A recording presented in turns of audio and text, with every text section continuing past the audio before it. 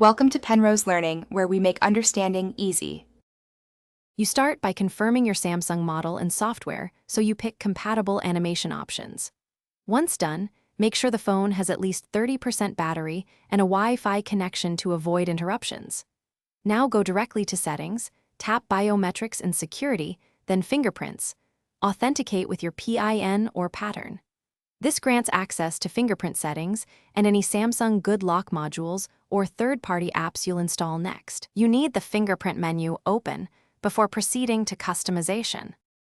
Next, install Samsung Good Lock from the Galaxy Store, then add the Lock Star or Theme Park module, or use a reputable fingerprint animation app. You'll grant overlay and accessibility permissions so the app can display the animation over the lock screen. This is necessary because Android restricts background drawing.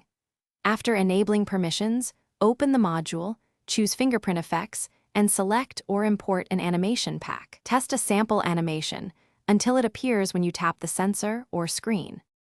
Finish by saving your animation choices and rebooting the phone to ensure system services reload. Then test unlocking several times to confirm timing and placement match your sensor. If animations don't show, revoke overlay and accessibility permissions, reinstall the Good Lock module or animation app, and re-enable permissions. That fixes most conflicts.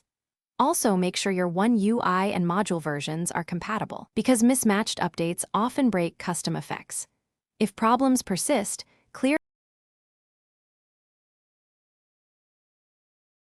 Thanks for watching. If this was helpful, leave a like and consider subscribing. See you next time.